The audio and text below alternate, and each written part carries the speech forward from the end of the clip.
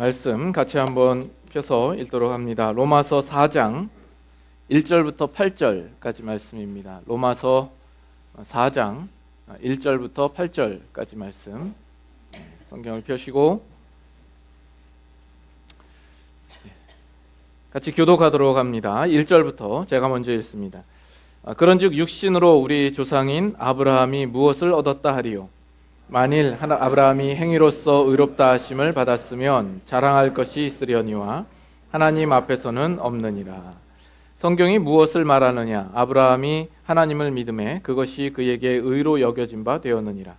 일하는 자에게는 그 삭시 은혜로 여겨지지 아니하고 보수로 여겨지거니와, 이를 아니할지라도 경건하지 아니한 자를 의롭다 하시는 이를 믿는 자에게는 그의 믿음을 의로 여기시나니, 이러한 것이 없이 하나님께 의로 여기심을 받는 사람의 복에 대하여 다윗이 말한 바, 불법이 사함을 받고 죄가 가리어짐을 받는 사람들은 복이 있고 주께서 그 죄를 인정하지 아니하실 사람은 복이 있도다 함과 같으니라. 아멘. 잠깐 기도합니다. 하나님, 이 거룩한 주일날 또 좋은 날씨를 허락하여 주시고 또 이 자리를 사모하게 하여 주셔서 저희들의 발걸음을 옮겨 이 자리를 통하여서 하나님 앞에 감사의 찬양과 예배를 드리게 하여 주심 감사합니다.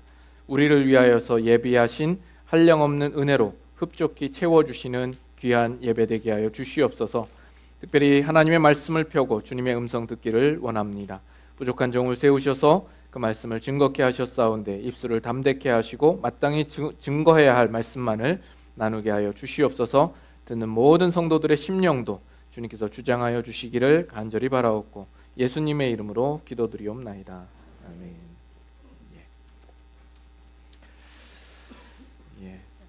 한 주간 잘 지내셨습니까? 날씨가 이제 좀 많이 포근해졌죠? 여러분들의 움츠러들었던 몸도 이제 기지개를 펴게 되듯이 여러분의 움츠러들었던 신앙도 다시금 열정을 되찾고 회복하는 그런 시기가 됐으면 좋겠습니다.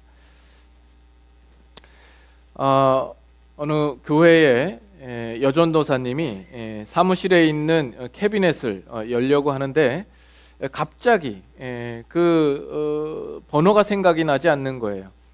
이렇게 다이얼식으로 돼서 오른쪽으로 3번 돌리고 왼쪽으로 2번 돌리고 이렇게 마지막으로 다시 오른쪽으로 1번 돌려서 여는 그런 캐비넷인데 마지막 번호가 생각이 안 나는 겁니다. 그래서 목사님께 여쭤보았습니다. 목사님, 이 캐비넷 마지막 번호 아세요? 그랬더니 목사님도 기억이 안 나는지 한동안 생각에 잠기다가 위를 쳐다보시고 뭐라고 중얼거리시더니 그리고 나서는 일어서셔서 캐비넷으로 성큼성큼 다가오셔서 캐비넷을 열었더니 덜커덩 하고 열린 겁니다. 그걸 보던 전도사님이 신기해서 목사님께 여쭈어보았습니다. 아니 목사님, 무슨 기도를 하신 거예요? 하나님께서 번호를 가르쳐 주시던가요? 그랬더니 목사님이 웃으면서 아니 천장에다가 번호를 적어놨거든.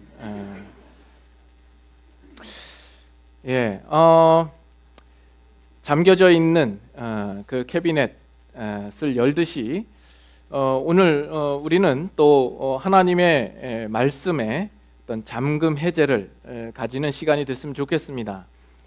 우리가 그동안 잘 알지 못하고 또 이해하지 못했던 부분들이 또 이런 말씀 시간들을 통하여서 또 하나를 열게 되고 그 안에 있는 놀라운 보화와 또 진리들을 깨닫는 그런 시간들이 되기를 소망합니다. 우리가 지난 시간에는 3장 마지막 절을 가지고 여러분들과 함께 나누었습니다. 그런즉 우리가 믿음으로 말미암아 율법을 파기하느냐? 그럴 수 없느니라. 도리어 율법을 굳게 세우느니라. 그 말씀을 가지고 나누었고, 그래서 구약과 신약이 또 율법과 믿음이 결코 대조되거나 상충되지 않고 연속선상에 있다라는 사실을 우리가 확인을 했었습니다. 오늘 함께 나눌 이야기를 위해서 먼저 여러분들에게 질문을 하고 시작하도록 하죠. 여러분들이 잘 듣고 대답을 한번 하시죠. 오늘 우리는 예수 그리스도를 믿음으로 말미암아 의롭게 되고 구원을 얻습니다. 맞습니까? 네. 그러면 구약에 있는 성도들은 어떻게 구원을 얻을까요? 여러분들 신앙생활 하시면서 그런 궁금증이나 그런 질문을 가져보신 적 있으시죠? 구약의 성도들은 어떻게 구원을 얻을까요? 일반적으로 많은 신자들이 생각하기는 하나님께서 구약의 이스라엘 백성들에게는 율법을 주셨기 때문에 그 율법을 잘 지켜 행하면 구원을 얻도록 하나님께서 의도하셨다라고 생각합니다. 그러나 그렇게 되면 우리가 그 구약과 신약이 하나님의 구원의 방법이 서로 차이가 있고 다르게 되는 거죠. 의외로 신자들이 그렇게 생각하는 사람들이 많습니다. 그래서 구약은 율법의 시대, 그래서 율법을 지킴으로써 구원을 얻는 시대요. 신약은 믿음의 시대, 그래서 믿음으로 구원을 얻는 시대라 이렇게 생각을 합니다. 그렇다면 하나님께서 시대에 따라 구원을 행하시는 방법이 달라지는 겁니까? 만약 그렇게 된다면 앞으로 올 시대에도 하나님께서 구원의 방법을 또 어떻게 달리 변화시킬지도 모른다라는 심각한 가능성을 초래하게 되고 맙니다. 그러나 하나님께서 이스라엘 백성들에게 율법을 주실 때에 그 율법을 구원을 얻는 방법으로 주신 적이 결코 없습니다. 그 가장 확실한 증거는 하나님께서 이스라엘 백성들이 애굽의 종노릇할 때에 그때의 율법을 주시고 그 율법을 잘 지켜 행하여서 패스한 자들만을 빼어서 하나님의 백성 삼지 않았습니다. 애굽의 종노릇하고 있던 이스라엘 백성들을 향하여서도 하나님께서 내 백성이라고 칭하시고 그들을 불러내어서 자기 백성을 삼으신 이후에 그들이 광야에 있을 때 모세를 통하여서 율법을 주셨습니다. 그래서 이 율법이라는 것은 결코 구원의 조건이나 방법이 아닌 것이죠. 그것은 이스라엘 백성들을 향하여서 너희가 내 백성이니 이제는 내 백성다워라 하는 차원에서 주시는 규범이 되는 겁니다. 우리가 로마서 3장을 보면서도 우리가 중요하게 다룬 구절이 예수 그리스도를 믿음으로 말미암아 모든 믿는 자에게 미치는 하나님의 의에 대하여서 여러 차례 나누었습니다. 그리고 그것을 가리켜서 율법 외에 나타난 하나님의 한 의라 이렇게 성경이 말하고 있죠. 이러한 언급을 보면서 우리나 또는 특별히 유대인들에게나 다음과 같은 질문이 나올 수 있습니다.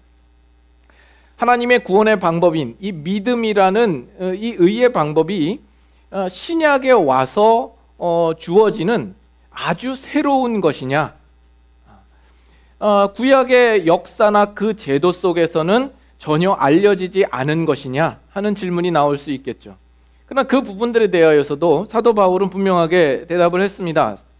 로마서 1장 1, 2절 보시죠.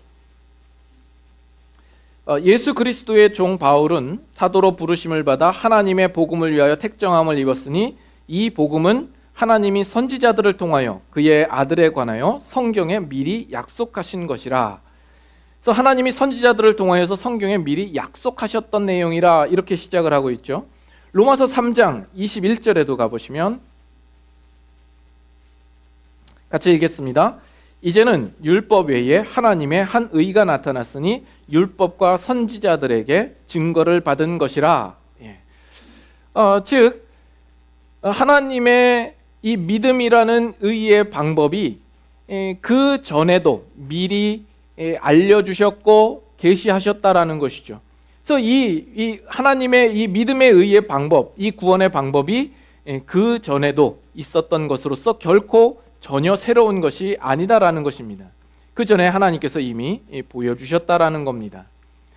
자, 그런데 우리가 이제 4장에 오늘 우리가 들어가게 되는데 이 4장에서는 그것보다 한 걸음 더 나아갑니다. 이 하나님의 구원의 방법이 구약시대에 그저 보여주셨고 예표하셨고 알려주신 것에만 그치는 것이 아니라 하나님께서 실제로 사람을 취하시고 사람을 구원하시는 구원의 방법이었다라는 이야기까지 지금 하고 있는 겁니다. 그래서 아까 처음에 제가 질문드렸던 그 물음, 구약의 성도들은 어떻게 구원을 얻을까에 대하여서 결론적으로 말씀을 드리면 구약의 성도들도 우리와 똑같은 방법으로 구원을 받습니다. 다시 말해서 구약의 성도들도 예수 그리스도를 믿음으로써 구원을 얻게 됩니다. 여러분 놀랍죠? 당황스럽죠? 고객님 많이 당황하셨어요? 많이 놀라셨겠지만 당황하지 마시고 제가 지금부터 하는 이야기에 귀 기울이시면 아무 문제가 없습니다. 옛날 한국에 보이스피싱 할 때 유행했던 말들인데 저는 이 보이스피싱이 한국에만 있는 줄 알았더니 미국에도 있더라고요. 바로 지난주에 부재중 전화가 2개나 와 있고 음성 메시지에 이 중요한 내용이니까 꼭 그 회신을 전화를 달라고 그래가지고 이제 전화를 했더니 소셜 시큐리티 센터 뭐 이런 데에서 전화를 했다고 하더라고요. 그래서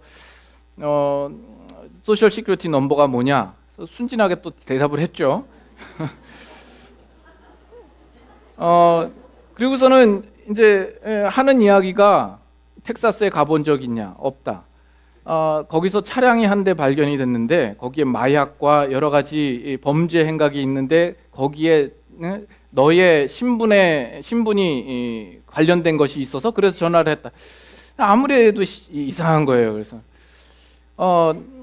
그때부터 이제 의심이 간 거죠. 그래서 만약에 정말 그랬다 그러면 나중에 폴리스가 연락이 올 거고 그러면 내가 거기에 대응하겠다. 그리고 이제 소셜 시큐리티 넘버를 준 것에 대해서 제가 이제 그 걱정이 돼서 아까 준 소셜 시큐리티 넘버 가짜다. 뭐 그래가지고 믿겠냐마는 그래도 걱정된 마음에 그러니까 그 사람이 아니다 맞다 나 아니다 이제 계속 그랬죠. 그런데 다짜고짜 네가 거래하는 은행이 뭐냐 이렇게 나오는 거예요. 그래서 나 말해줄 수 없다. 그래서 은행이 뭐냐 구자를 가르쳐 달라. 그래서 나 말해줄 수 없다. 그러니까 지가 먼저 끊더라고요. 그래서 걱정이 돼서 그 아이덴티티 데프트 프로텍션이라는 그런 웹사이트에 그런 프로그램이 있더라고요. 거기에 이제 가입을 해서 혹시라도 있을 불상사를 대비를 해 놓았습니다만은 여러분들도 혹시 비슷한 전화를 받으시거든 조심하시라고 이렇게 말씀을 드립니다. 그래서 아무튼 당황하지 마시고 예. 어쨌든 지금 우리 살아계신 하나님은 한 분이시기 때문에 구약 시대에나 신약 시대에나 하나님의 구원하시는 방법은 한 가지입니다. 다른 것은 없습니다. 모든 시대와 세대를 통틀어서 하나님의 구원하시는 방법은 일정하십니다. 이것을 어떻게 우리가 이해를 해야 될 것이냐라는 거죠. 그래서 이것을 증명하기 위해서 지금 사도 바울은 오늘 본문 속에서 그 유대인의 역사 가운데 가장 위대한 증인 2사람을 채택을 한 겁니다. 그 2사람이 누구냐면 아브라함과 다윗인 거죠. 마태복음은 유대인을 대상으로 쓴 복음서입니다. 그 마태복음 시작이 어떻게 되죠? 1장 1절에 보면 아브라함과 다윗의 자손 예수 그리스도의 세계라, 예수 그리스도의 계보라 이렇게 나와 있습니다. 아브라함은 이 유대인에게 있어서는 가장 큰 아버지격이죠. 그 유대인의 근간이 되고 뿌리가 됩니다. 그들은 아브라함의 자손인 것을 가장 큰 긍지로 여기는 사람들입니다. 그리고 다윗도 또한 그 유대인의 역사 가운데 가장 위대하고 존경받을 만한 왕이죠. 왕 중에 왕이었죠. 가장 전성기 때의 왕이었고 이 다윗은 오실 메시아의 표상이었습니다. 그래서 하나님께서는 이 아브라함과도 언약을 맺으시고 이 다윗과도 언약을 맺으신 겁니다. 그래서 지금 아브라함과 다윗의 이야기를 시작으로 4장을 이제 시작을 하고 있습니다. 그래서 이 4장은 어떤 율법이나 할례로서 우리에게 구원이 주어지는 것이 아니라 하나님의 은혜로서 주어지는 사실을 우리에게 분명히 보여 알게 하시는 내용이 됩니다. 그래서 이 사장이 우리가 구약을 여는 중요한 열쇠가 될 수 있지 않을까 생각을 합니다. 그래서 여러분께서 기대하는 마음으로 들으시면 좋겠습니다. 그래서 먼저 아브라함에 대한 이야기를 할 텐데, 사실 이제 이 부분은 저의 방식대로 설명을 하게 됩니다. 이 설교가 이 강단에서 여러분들에게 전달하는 것도 상당히 어려운 문제이지만, 제 개인적으로는 더 어려운 것이 여러분의 이해를 돕도록 이 내용을 풀어가는 설교를 구성하는 것이 상당히 어렵습니다. 그래서 다소 좀 터프하고 러프하고 그럴 수 있습니다. 그러나 여러분들이 이해할 수 있도록 여러분들도 좀 힘써 주시면 좋겠습니다. 자, 1절부터 한번 볼까요? 4장 1절에 보시면, 그런즉 육신으로 우리 조상된 아브라함이 무엇을 얻었다 하리요. 여기서 주목해야 할 단어가 이제 육신으로라는 이 단어인데, 이 단어가 이 문장 중에서 어느 단어를 묘사하고 있느냐에 따라서 그 내용이 달라질 수 있습니다. 오늘 본문대로 하면 육신으로 우리 조상인, 우리 조상을 묘사하고 있으면, 육신으로 우리 조상된 아브라함, 우리 조상은 육신으로 조상된 사람이다라는 것을 의미를 하겠죠. 자, 그런데 여러분들 성경에 보면 그 작은 글씨로 이라고 쓰여 있고 그 밑에 각주가 나와 있을 겁니다. 밑에 찾아보시면 작은 글씨로 뭐라고 나와 있죠? 우리 조상 아브라함이 육으로 이렇게 되어 있어요. 그래서 이 헬라어 원어는 이 육신으로가 사실은 어느 단어를 묘사하는지 구체적으로 알 수는 없습니다. 근데 이 각주대로 하면 우리 조상 아브라함이 육신을 따라서는 무엇을 얻었다 하리요, 이렇게 의미가 되는 것이죠. 그 의미의 차이를 알겠습니까? 첫째는 이 아브라함이 우리의 육신의 조상 되었다, 이 이야기를 하고 싶은 거고, 두 번째 이야기는 우리의 조상 아브라함이 있는데 이 아브라함이 육신으로 얻은 것이 무엇이냐, 이렇게 묻고 싶은 거죠. 근데 제 생각은 후자 쪽이 더 어울리지 않을까 생각을 합니다. 여기 육신으로라는 것은 그 육의 능력으로 또는 행위로라는 의미가 될 수 있는 거죠. 그래서 2절에 보시면, 만일 아브라함이 행위로서 의롭다 하심을 받았으면 자랑할 것이 있으려니와 하나님 앞에서는 없느니라. 그래서 아브라함이 그 행위를 조건으로 가지고 있다고 한다면 아브라함은 얼마든지 자기의 의로움을 자랑할 수 있겠죠. 우리가 자랑에 대하여서도 그 전에 나눈 적이 있죠.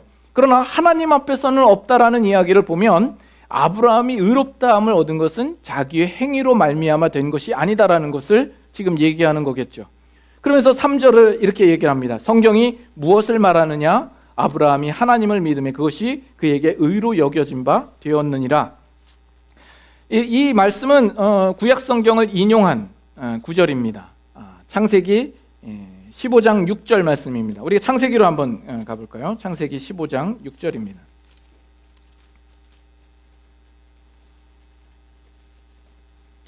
창세기 15장 6절.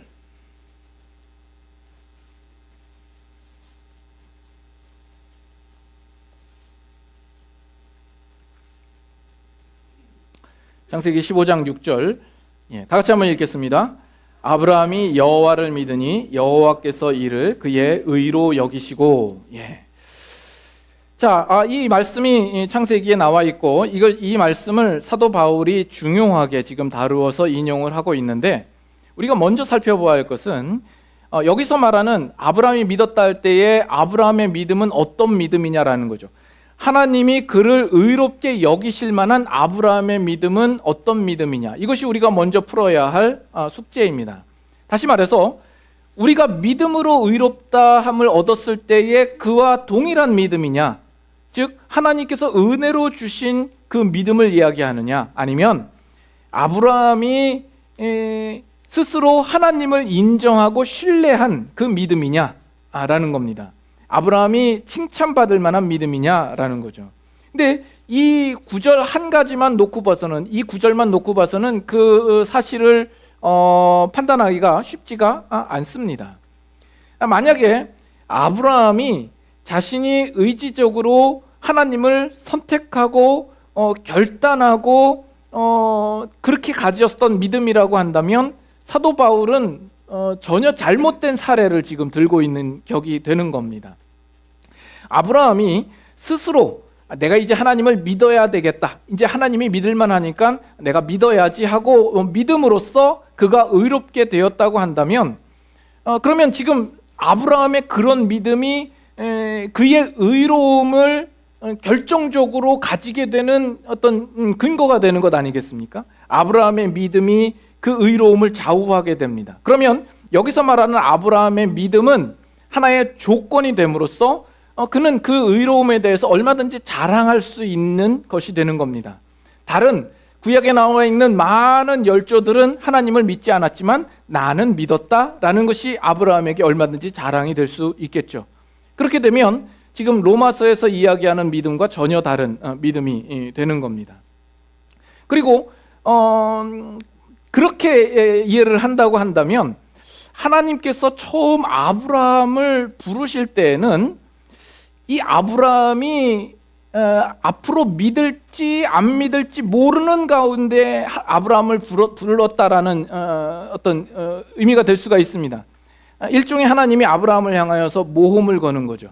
그래서 이 아브라함이 스스로 믿기까지는 어떤 것도 확정적이지 않은 것이 되어버리는 겁니다. 그래서 하나님의 입장에서는 아브라함이 빨리 자신이 믿는다라고 고백하기를 애타하며 초조해하며 기다리는 입장이 되어버리게 되는 것이죠. 그리고 그렇다면 아브라함의 믿음의 시작은 언제인가요? 이 창세기 15장 6절이 아브라함의 믿음의 시작이라고 이야기를 해야 할까요? 처음 아브라함이 갈대아 우르에서 부름을 받고 나올 때는 그러면 믿음이 없는 건가요? 또 야고보서에는 보면 이 아브라함이 이삭을 바칠 때에 그가 의롭다함을 받았다라고 이야기를 하거든요. 히브리서 11장, 우리 다시 창세기로 돌아올 겁니다. 히브리서 11장 잠깐 보죠. 히브리서 11장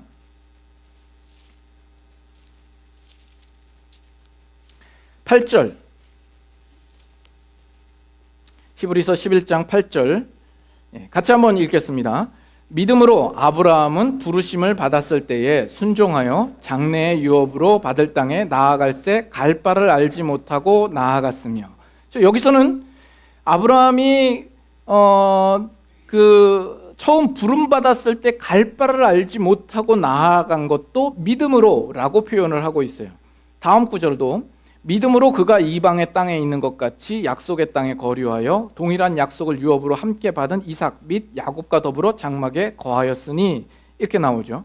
그리고 17절로 가보셔도 아브라함은 시험을 받을 때에 믿음으로 이삭을 드렸으니 그는 약속들을 받은 자로 돼 그 외아들을 드렸느니라, 이렇게 이야기를 하죠.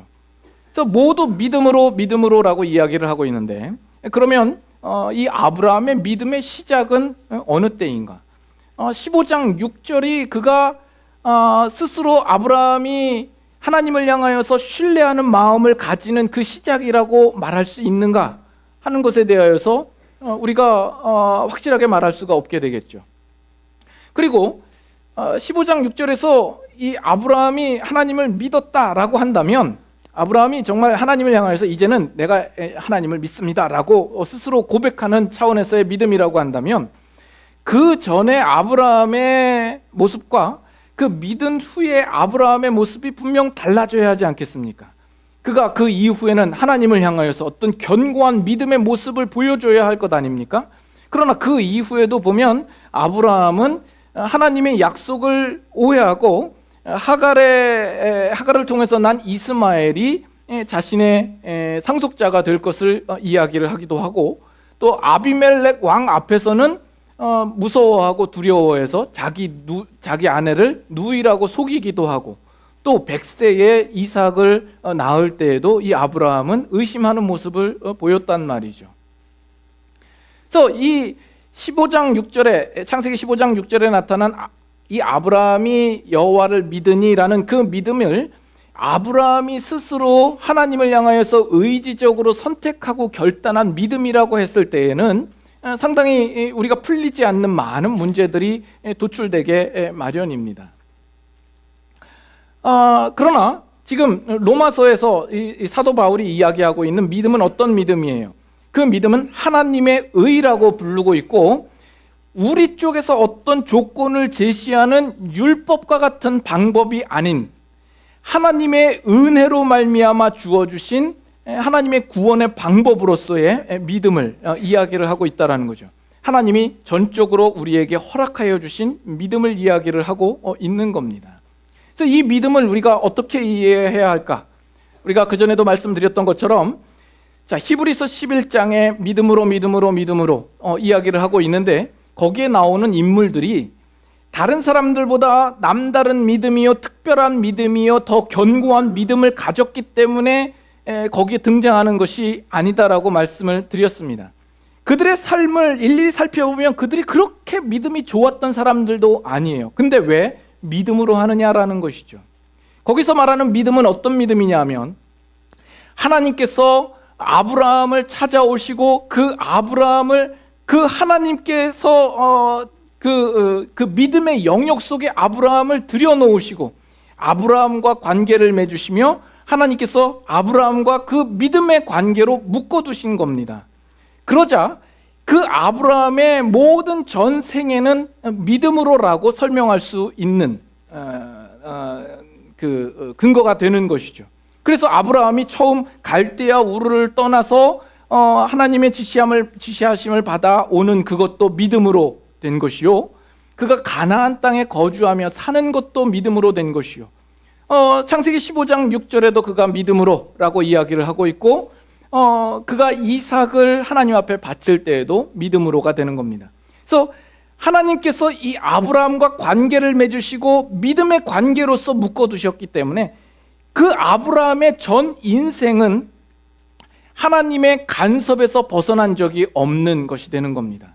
그가 이미 믿음의 영역에 들어와 있는 자요, 하나님과 믿음의 관계 속에 있기 때문에 그러합니다. 설령 창세기 15장 6절이 아브라함이 그전에는 하나님에 대하여서 의심도 하고 잘 몰랐다가 이제는 하나님을 이제 어느 정도 알게 되어서 그가 의지적으로 어떤 하나님을 믿기로 결단하는 그 시점이라고 한다 할지라도, 하나님께서 의롭게 여기시는 믿음은 아브라함이 스스로 가지는 믿음은 아닌 것입니다. 아브라함이 신뢰를 했던 그 믿음은 어디까지나 결과요, 하나님께서 의롭게 여기시는 믿음이라고 하는 것은 하나님께서 처음부터 주권적으로 아브라함을 부르시고 그를 믿음의 세계 가운데 부르시고 그 안에 두셨던 그 믿음을 가지고 하나님은 이 아브라함을 의롭다고 여겨주시는 겁니다. 그런 의미에서 우리가 믿음으로 의롭게 되었다 하는 것과 이 아브라함이 그 믿음으로 하나님의 의로 여기심을 받았다 하는 내용은 같은 내용이 되는 것이죠. 그 또한 하나님의 은혜로 말미암아 그 믿음을 갖게 되고 그가 의롭게 여김을 받게 된 것입니다. 여기까지 이해하시겠습니까? 이해가 안 돼도 할 수가 없는데, 이해가 안 되면 모든 책임을 임 목사님에게 떠넘기겠습니다. 앞으로 이 문제를 더 잘 연구하셔서 더 잘 설명할 수 있는 어떤 기회를 마련해 주시도록 바톤을 넘길 테니까 임 목사님께 물어보시고. 이 아브라함이 의롭게 여겨진 것은 전적인 하나님의 은혜요, 우리와 동일한 그 믿음을 가졌기 때문이다라는 겁니다. 자, 그런데 우리가 여기서 한 가지 더 생각해야 할 것이 있습니다. 단순히 아브라함이 의롭게 된 것이 믿음으로만이다 이렇게만 설명을 하면 안 돼요. 그냥 다짜고짜 그냥 믿음이면 그냥 의롭게 되는 것이냐, 그 믿음의 내용이 무엇이냐까지 생각을 해야 되는 거거든요. 우리가 처음에 우리가 예수 그리스도를 믿음으로 말미암아 우리가 구원을 얻게 된 것과 동일한 믿음이라고 한다면, 이 아브라함의 믿음 속에서도 예수 그리스도의 구속이 분명히 내용으로 들어가 있어야 되는 거예요. 예수 그리스도를 예수 그리스도의 구속 사건으로 통하여서 그로 말미암아 가지는 믿음이어야 이 아브라함을 온전히 구원할 수 있는 것 아니겠습니까? 자, 그런데 이 15장 6절 그 이전에 있는 말씀들이 어떤 내용인가를 한번 보시죠. 다시 창세기 15장으로 가셔서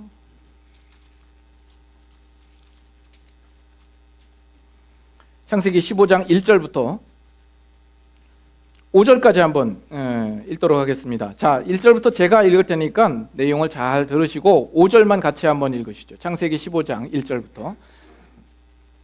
이후에 여호와의 말씀이 환상 중에 아브라함에게 임하여 이르시되 아브라함아 두려워하지 말라. 나는 내 방패요 너의 지극히 큰 상급이니라. 아브라함이 이르되 주 여호와여 무엇을 내게 주시려 하시나이까. 나는 자식이 없사오니 나의 상속자는 이 다메섹 사람 엘리에셀이니이다. 아브라함이 또 이르되 주께서 내게 씨를 주지 아니하셨으니 내 집에서 길린 자가 내 상속자가 될 것이니이다. 여호와의 말씀이 그에게 임하여 이르시되 그 사람이 내 상속자가 아니라 내 몸에서 날 자가 내 상속자가 되리라 하시고 5절 다 같이 읽습니다. 그를 이끌고 밖으로 나가 이르시되 하늘을 우러러 무뼈를 셀 수 있나 보라. 또 그에게 이르시되 네 자손이 이와 같으리라. 그래서 지금 하나님께서 말씀하시는 것이 뭐냐 하면 네 몸에서 날 자가 상속자가 되게 하리라. 그리고 너와 네 씨로 인하여서 땅의 온 족속이 복을 받게 하리라.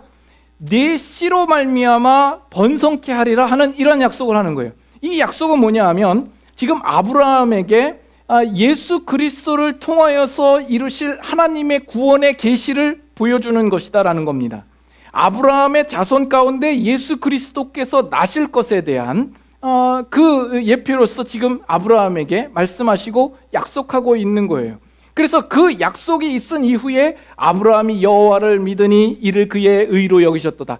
이 약속과 이 믿음이라는 것이 아주 밀접하게 연관이 되어 있어요. 그래서 이 6절 이하 7절부터 나오는 그 내용이 뭐냐 하면 하나님께서 아브라함과 언약을 체결하시는 장면이 나오는 겁니다. 아브라함이 동물의 시체들을 반으로 쪼개가지고 놓고 날이 어둑어둑해졌을 때에 타는 횃불이 그 가운데를 지나갑니다. 이 그 당시에 언약을 체결하는 하나의 방법이었다라고 이야기를 하죠. 그래서 그 얘기는 뭐냐 하면 만약에 이 언약을 파기하게 된다면 이 찢겨진 동물과 같이 되어도 좋다. 이 동물과 같이 저주를 받아 마땅하다라는 의미가 되는 거예요. 근데 그 언약을 하나님께서 횃불로 지나가심으로써 하나님께서 그 언약을 이 아브라함과 체결을 하시는 겁니다.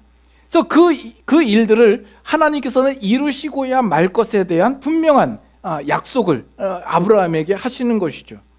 그래서 그 이후에도 창세기 16장, 17장을 여러분들이 읽어보시면 하나님께서는 이 아브라함에게 재차 그 언약을 상기시키고 분명히 말씀을 하십니다. 그리고 아브라함이 100세 때 낳는 그 이삭을 통하여서 장차 나실 이 아브라함의 자손 가운데 나실 예수 그리스도를 예표하시고, 그리고 이 아브라함이 그 이삭을 희생 제물로 바치는 그 사건을 통하여서 장차 예수 그리스도께서 희생 제물로 오실 것이며 그 일들을 통하여서 하나님께서 구원의 일들을 베푸실 것을 그에게 계시하시고 알려주시는 것입니다. 그래서 요한복음 8장 한번 가보실까요? 요한복음 8장 56절. 요한복음 8장 56절. 신약성경 160페이지 됩니다. 요한복음 8장 56절. 찾으셨나요? 찾으셨으면 우리 다 같이 한번 읽겠습니다. 너희 조상 아브라함은 나의 때 볼 것을 즐거워하다가 보고 기뻐하였느니라. 예수님께서 말씀하시죠. 그 아브라함이 나의 때 볼 것을 보고 즐거워하다가 보고 기뻐했다라고 이야기를 하고 있는 거예요. 그래서 이 아브라함 때에 그 예수 그리스도를 멀리서 바라본 겁니다. 예수님께서 이 땅에 오시기 오래 전부터 이 아브라함은 예수 그리스도를 바라보고 믿었던 것이죠. 그래서 예수 그리스도의 예수 그리스도를 통하여서 이루실 하나님의 구속을 바라본 것입니다. 그러면 이 아브라함이 장차 오실 예수 그리스도라는 분을 알았을까요? 예? 몰랐겠죠. 저도 그렇게 생각을 합니다. 그걸 어떻게 알겠어요? 하나님께서 이루실 구원의 방법을 아브라함이 알았을까요? 몰랐을 겁니다. 아주 희미하고 막연하고 형체를 알아볼 수 없었을 것입니다. 그런데 분명한 것은 하나님께서 이 아브라함에게 분명히 하나님께서 이루실 구원의 일들에 대하여서 말씀하셨고, 그리고 아브라함은 하나님께서 이루실 구원에 대해서 자신은 아무것도 알지 모르지만 그러나 자신에게 말씀하신 그 하나님께서 그 일들을 언젠가는 분명히 이루어 내실 것에 대한 기대와 소망과 신뢰와 확신이 있었다라는 겁니다. 그래서 그 하나님 앞에 전적으로 항복하고 순종했던 것이죠. 이것은 마치 아브라함이 하나님께서 이삭을 바치라 했을 때 그가 바칠 수 있었던 것은 하나님께서 어떤 모양으로라도 나를 통하여서 이루실 그 약속을 이루어 내실 것이라는 전적인 항복이 있었기 때문에 그 일이 가능했거든요. 그것처럼 하나님은 하나님이 하실 일들에 대하여서 정말 막연하고 모호하고 아무것도 알지 못하지만 그 하나님의 하실 구원의 일들에 대하여서 분명히 믿는 마음이 있었던 겁니다. 그것이 아브라함을 구원하는 그 구원의 길이 되었던 거죠. 우리가 아브라함을 믿음의 조상이라고 이야기를 합니다. 우리는 보통 믿음의 조상이라고 그러면 아브라함이 믿음이 좋은 사람이기 때문에 믿음의 조상이라고 이야기를 하지만 실제로는 오늘 보는 성경 말씀을 통하여서 볼 때는 이 아브라함이 하나님이 주시는 그 믿음으로 의롭게 여기시는 가장 큰 표본이요 모범이기 때문에 그 아브라함을 믿음의 조상이라고 이야기를 해야 되지 않을까 생각합니다. 그래서 아브라함뿐만이 아니라 구약에 있는 모든 백성들이 아브라함과 같은 방법으로 하나님께서 그들의 믿음을 의로 여기시고 구원하시는 그 길을 예비하셨던 것이죠. 그래서 히브리서에 보면 히브리서 11장에 그런 표현이 나옵니다. 모세에 대한 기록에서 뭐라고 나오죠? 모세는 그리스도를 위하여 받는 수모를 애굽에 있는 모든 보화보다 큰 재물로 여겼다라고 나와요. 그 모세가 예수 그리스도를 알았을까요? 그런데 예수 그리스도를 위하여서 받는 수모가 있었다라고 이야기를 해요. 모세는 설령 몰랐다 할지라도 이 모세가 받는 그 수모를 그리스도를 위한 수모로 하나님께서 여겨주시고 있는 것이죠. 성경은 분명히 그렇게 이야기를 하고 있는 겁니다. 그래서 로마서로 다시 한번 돌아가 볼까요? 로마서 4장 4절부터 봅니다. 계속 이어서 일하는 자에게는 그 삭시 은혜로 여겨지지 아니하고 보수로 여겨지거니와. 그렇죠? 일한 자는 그 삭을 자기가 일한 것에 마땅히 받아야 할 보수로 여기지 그걸 은혜로 여기는 자는 없습니다. 그러나 5절에 보면 일을 아니할지라도 경건하지 아니한 자를 의롭다 하시는 이를 믿는 자에게는 그의 믿음을 의로 여기신다 이야기를 합니다.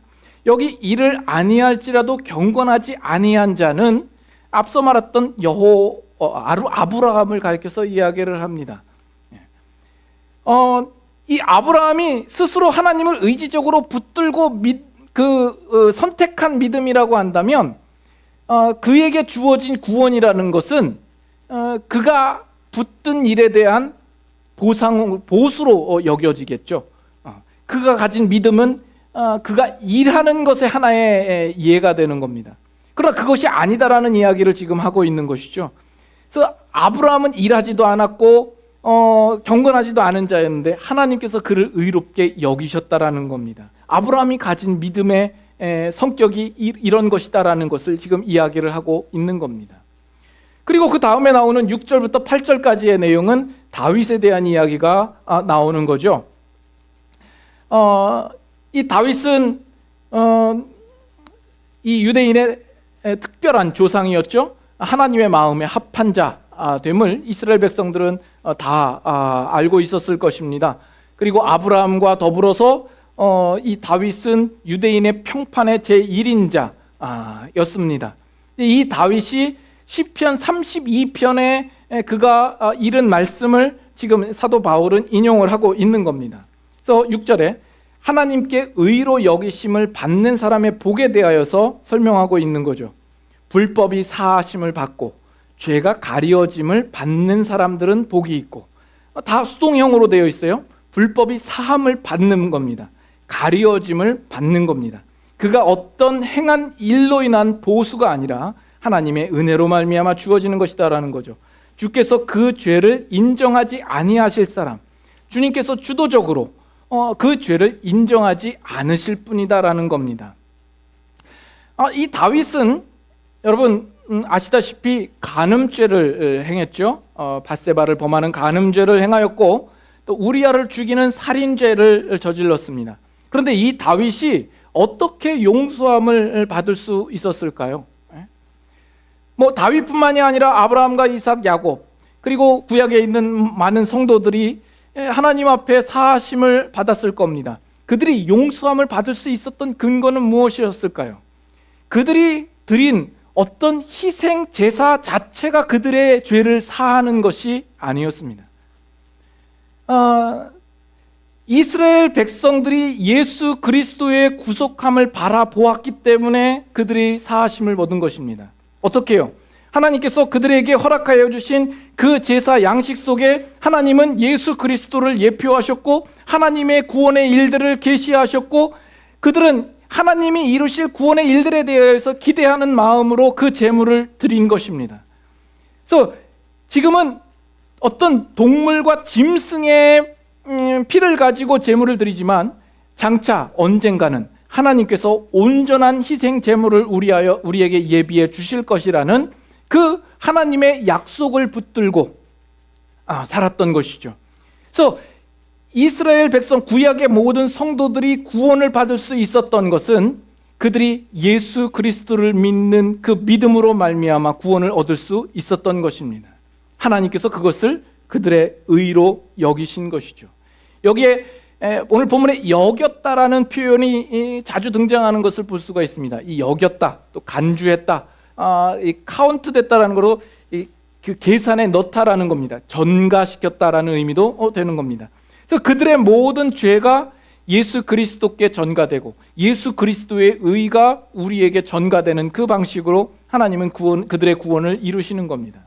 물론 이 구약에 있는 백성들의 구원이라고 하는 것은 상당히 불완전하고 온전하지 않은 것이었죠. 그들이 실제로 예수 그리스도를 알았을리 만무할 겁니다. 그런데 다만 하나님께서 그들에게 지시하시고 명한 그 일들을 따라서 순종하고 그 제사 속에 계시된 예수 그리스도를 알지 못하더라도 그들은 하나님을 신뢰함으로 제사를 드렸던 것이죠. 그러나 그들의 그 구원이라고 하는 것은 그 당시에 완전하지 않았고 불완전했으며 그것은 유보된 것이었습니다. 그러나 예수 그리스도께서 오셔서 십자가에 죽으시고 부활하심으로써 그 구원을 완성하셨을 때에 그 구원이 구약의 이스라엘 백성들에게까지 소급되어서 그들의 구원까지 이루어내는 효력을 나타내시는 겁니다. 그래서 예수 그리스도께서 이루신 그 구속사역은 그 이후에 오는 세대에게만 구원을 주시는 것이 아니라 그 이전 세대에 있었던 구약을 살았던 모든 성도들에게까지 그 구원의 범위가 미치는 것이 되는 겁니다. 여기까지 이해하시겠습니까? 이해 못하신 분은 또 임 목사님을 찾아가셔서 자, 우리가 이거를 좀 어떻게 이해하면 좋을까? 예전에 히브리서를 나눌 때에 그런 비유를 들었는데 다시 한번 설명을 합니다. 마치 지금 아브라함도 그렇고 다윗도 그렇고 구약 성도들은 예수 그리스도를 예표하는 그 큰 그림의 그저 한 조각을 얻었을 뿐인 거예요. 하나님이 이루실 그 큰 구원의 역사에 대하여서 그들은 아주 작은 일부분을 약속받은 겁니다. 이 퍼즐을 보면 요즘 몇 피스가 제일 많은 피스입니까? 2,000 피스도 있고 5,000 피스도 있고 그렇죠. 근데 이 이스라엘 백성들은 그 많은 것들 중에서 그 중에 한 피스를 받은 것에 불과합니다. 그들의 전 인생을 통하여서 그들이 받은 것은 그 피스예요. 그 한 피스를 바라보고 전체 그림을 볼 수가 있나요? 전혀 볼 수가 없죠. 알 수가 없습니다. 그 전체 그림을 상상할 수도 없고 예상할 수도 없는 것이죠. 그러나 한 가지 분명한 것은 하나님께서 이루실 그 구원의 큰 역사 가운데 분명히 포함되어 있는 한 피스가 되는 것입니다. 그래서 하나님께서 이 이스라엘 백성들을 부르시고 그들과 언약을 맺으시고 그들의 하나님을 신뢰하는 그 믿음을 의로 여기시사 장차 이루실 구원에 포함되게끔 그들을 부르신 겁니다. 그리고 예수 그리스도께서 오심으로 말미암아 그들이 고대하던 그 구원의 큰 그림이 이제 펼쳐 보여지는 것이죠. 근데 그것은 구약 백성들이 상상하고 기대했던 것보다 훨씬 놀랍고 대단한 것이었습니다. 그저 평면적으로 그림이 아니라 입체적으로 예수 그리스도께서 십자가에 죽으시고 부활하심으로써 드라마틱하게 하나님의 놀라운 구원의 역사를 펼쳐 보이시는 것입니다. 그 구원을 완성하시고 그 구원을 통하여서 그 한 조각을 가지고 있던 자들에게까지 그 구원의 효력이 미쳐서 그들까지도 구원에 이르게 되는 놀라운 일들이 펼쳐지게 되는 겁니다. 또는 이렇게 비유를 해도 좋겠죠. 우린 구약에 있는 모든 것들이 하나의 그림자로 설명을 했습니다. 구약 백성들이 가진 것은 그 그림자의 일부를 가진 것이죠. 그 그림자를 보고서 그 실체를 누가 볼 수 있겠으며 그 실체의 모습을 누가 알 수 있겠습니까? 그것도 구약 백성이 가진 것들은 그 그림자 중에서 아주 일부를 가졌을 뿐이겠죠.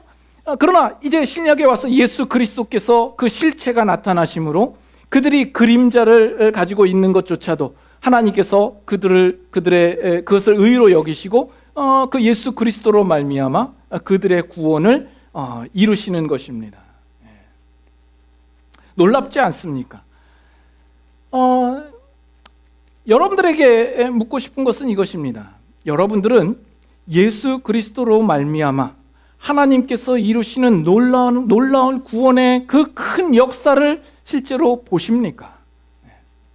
하나님께서 우리에게 은혜를 허락하여 주셨고 우리의 눈을 뜨게 하셨고 우리에게 믿음을 허락하여 주심으로 말미암아 우리는 하나님이 그 전부터 계획하시고 약속하시고 이루시려고 했던 그 구원의 완성을 우리는 보게 된 겁니다.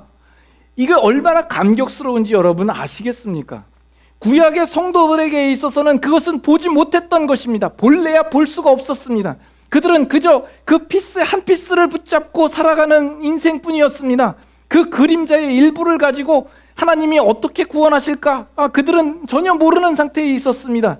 그러나 우리는 그들이 그토록 바라고 소망하고 고대했던 그 일들을 우리의 눈으로 직접 보고 확인하고 그 구원의 은혜를 누리는 자들이 된 겁니다. 여러분들이 이 믿음의 자리에 와 있는 이 사실이 얼마나 축복된 자리인지 여러분 아시겠습니까? 다시 한번 물을게요.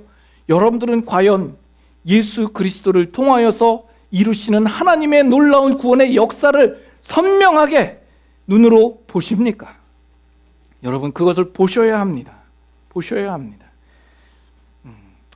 그것으로 인하여서 하나님께 찬양과 영광을 돌려야 할 것이며 우리에게 찾아오신 그 예수 그리스도께 우리는 모든 존귀와 또한 영광을 돌려드려야 할 것입니다. 이것이 하나님께서 구약이나 신약이나 변함없이 믿음으로 의롭게 하시며 구원에 이르게 하시는 하나님의 구원의 방법입니다. 이 사실을 바라보고 우리는 하나님을 기뻐하며 하나님께 영광을 돌려드릴 수 있기를 바랍니다. 기도하겠습니다.